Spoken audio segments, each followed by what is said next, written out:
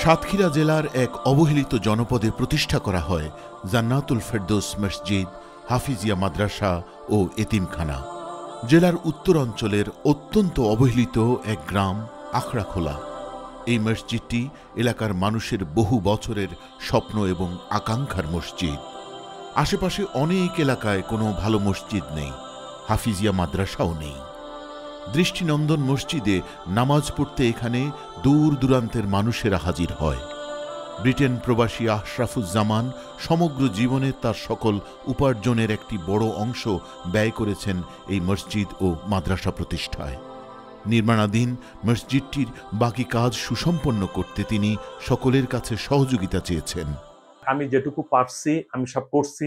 এখন আমি চাচ্ছি হলো এই যে আমার এই মসজিদ মাদ্রাসার দায়িত্ব আপনারা যারা প্রবাসী ভাই বোন যারা আছেন প্রত্যেকে সহযোগিতা করেন এবং আপনারা এই দায়িত্বটা নিয়ে নেন।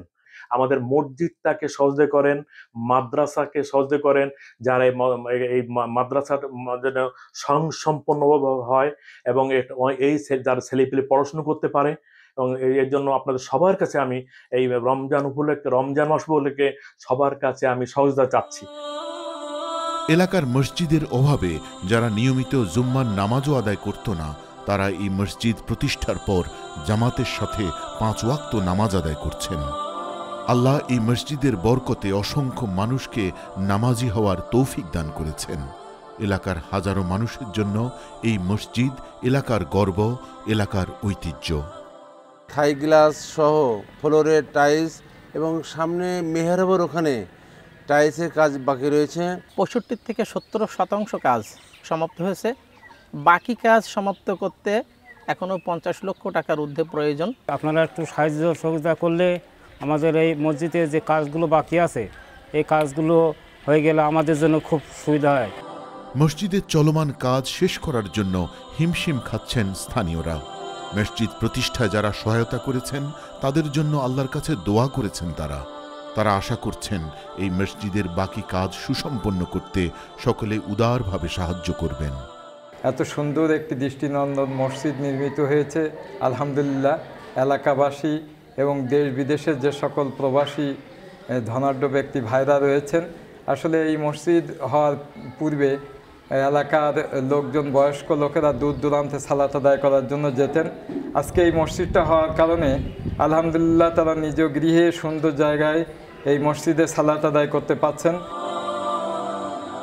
এই মসজিদের পাশেই প্রতিষ্ঠা করা হয়েছে শিক্ষা বঞ্চিত, সুবিধা বঞ্চিত এতিম শিশুদের জন্য আবাসিক হাফিজিয়া মাদ্রাসা ও এতিমখানা। অসংখ্য শিশু এখানে আল্লাহর কালাম বুকে ধারণ করছে।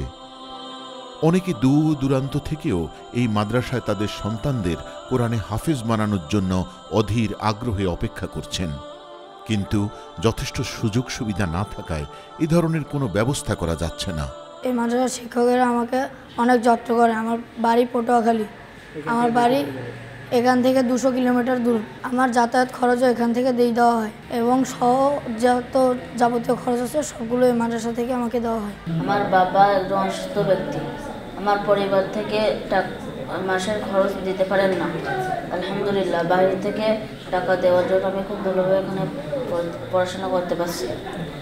আমি এখানে 4 বার হেফজ সম্পন্ন করেছি। এই মাদ্রাসা থেকে আমি অল্প দিনে হেফজ সম্পন্ন করেছি। এই মাদ্রাসা আমার কোনো খরচ দেওয়া লাগে না। এই মাদ্রাসার থাকা খাওয়া পড়াশোনার মান অনেক ভালো। দেশের প্রত্যন্ত অঞ্চলে গরিব অসহায় মানুষদের কাছে এমন একটি ইসলামিক শিক্ষা প্রতিষ্ঠান অনেক বড় আল্লাহর রহমত। নিষ্পাপ কোমলমতি শিশুরা আল্লাহর কালাম শিখছে।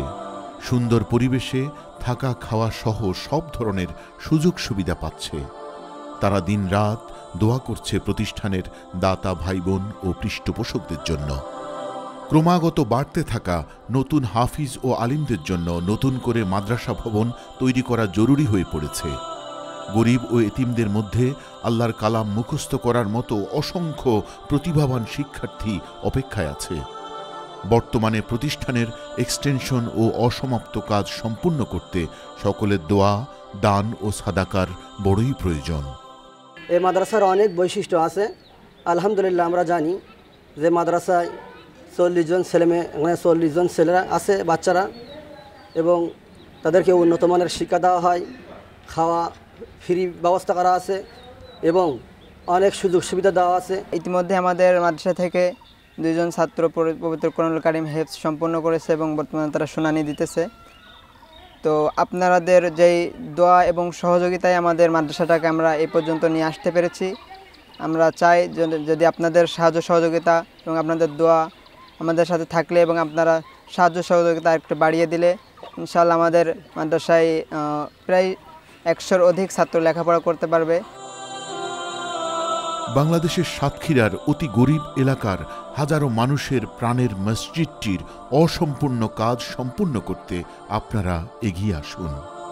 যে যার সামর্থ্য অনুযায়ী এ সকল গরিব ও এতিম শিশুদের আল্লাহর পবিত্র গ্রন্থ মুখস্থ করে হাফেজ হওয়ার সুযোগ করে দিন।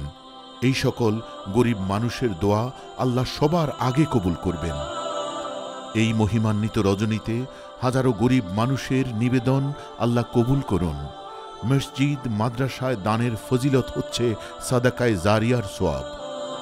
মাগফিরাতের এই পবিত্র সময়ে একজন গরিব ও এতিম হাফিজ অথবা গরিব নামাজির দোয়া আল্লাহ কবুল করুন।